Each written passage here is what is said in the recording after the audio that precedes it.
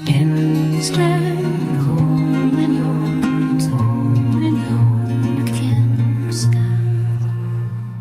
3-in-1 production. Well, you won't believe week I've had. Here, let me just take weight off my feet for a few minutes and I'll tell you all about it. Oh, don't get me wrong, we was expecting it to be a rough time ever since that Emperor chappie decided he were going to count us. And we all know what that's all about, don't we?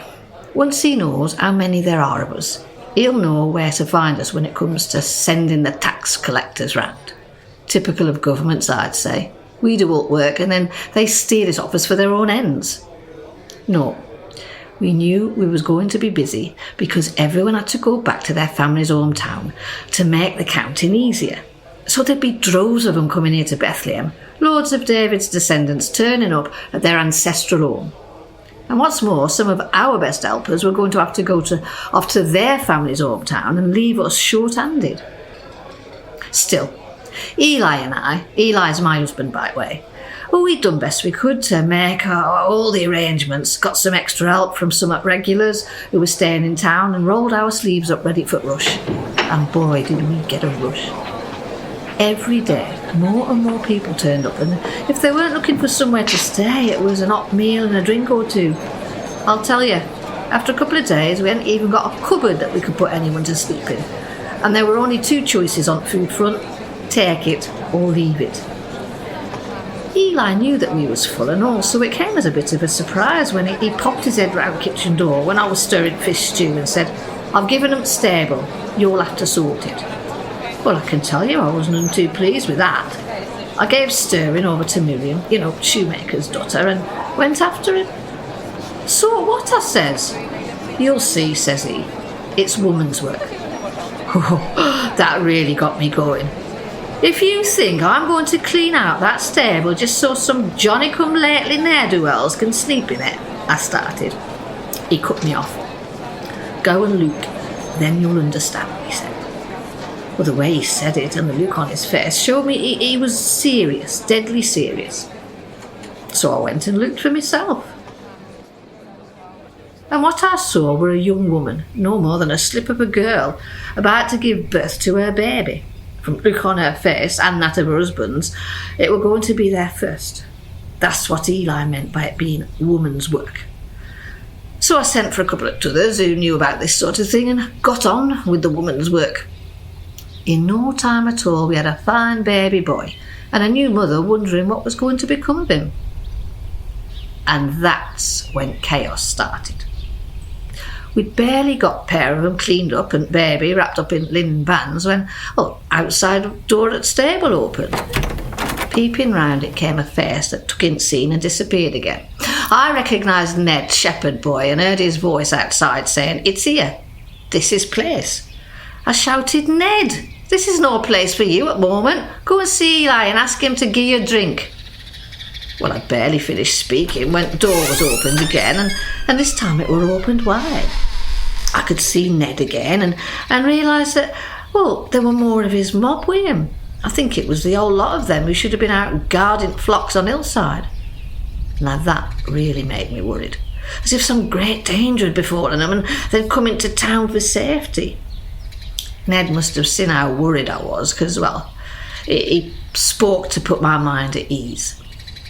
"No, missus," he said, "there's naught to worry about. We've been sent to see him." I looked at father then to see if there were aught special about him that'd bring men down from hills to greet him, but he looked just like an ordinary working man. Ned must have seen me look, because he went on, "Not the father, the baby." Well, that really threw me, I can tell you. After all, I'd helped birth that boy child, and I knew that, he was just an ordinary baby, not special at all. I was about to tell Ned and others, but before I could open my mouth, they all made their way into stable, shut the door, and were gathered round baby and his mother. Ned had even placed a lamb next to him as some sort of gift. Well, I can tell you, I were a little confused by all this, but parents didn't seem upset by all the attention, so I left them to it. Ned popped in for a drink a bit later, so I was able to ask him how come they'd all turned up at my stable in the middle of the night. He told me they'd seen lights in the sky and voices had told them to come down into town to greet a newborn king. That's what I sent him and to others packing. Not only had they left their livelihood unguarded on that hillside, it's obvious they'd been drinking on the job. I won't serve drunks in my inn at any time. But that's not the end of it. We'd just locked up in early hours the next morning when there came a ferocious knocking at the door. I drew back bolts and was about to give whoever it was a mouthful and to tell them that we was closed and had no room, when I saw who it were that were knocking. He wasn't from round here. Even though he were clearly a servant, his clothes were far finer than anything that's in my wardrobe, I can tell you. And in shadows behind him were clearly his masters.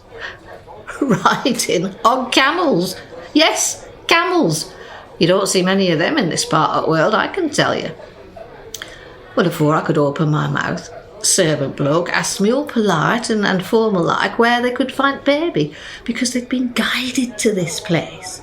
Guided? I couldn't think of anything to say, so I just pointed and the whole lot of them trooped off to the stable. I sneaked out a bit later and, well, they was all gathered round family, just like the shepherds had been. They brought gifts and all, though they looked a bit finer than the lamb that Ned's crew had brought. Everyone still seemed happy, so I left them to it. By the time I got up next morning, those strange fellas had gone and a new family were busy packing up for a journey and all. I told them it were foolish to move a baby and his mother so this soon, but, well, the husband was having none of it. He said they had to leave as soon as possible. I watched them as they went out of town and was surprised that they took South Road. Nothing lies in that direction except desert. Oh, and Egypt if you go far enough. But they seem to know what they're doing, so live and let live, I say. And today, just when I thought all chaos were over and things are getting back to normal, I hear there's an old company of Romans heading this way. It's a good job that family has moved out of the stable. We're going to need that space for some of their horses. Don't know what they're going to want down here, but then they're probably only following orders. And that's one thing the Romans are good at, following orders. Ah well, must get on. It's time to get Eli up and working. Here, you don't think those Romans have got orders to come and see that baby and all, do you? Well, if that's the case, they're too late.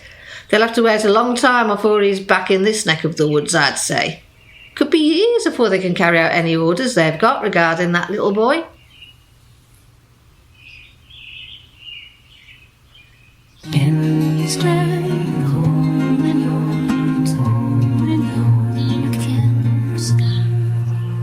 The Old Inn in Bethlehem was performed by Louise Stokes, written by Roger Price and produced by Nadeem Chuktai.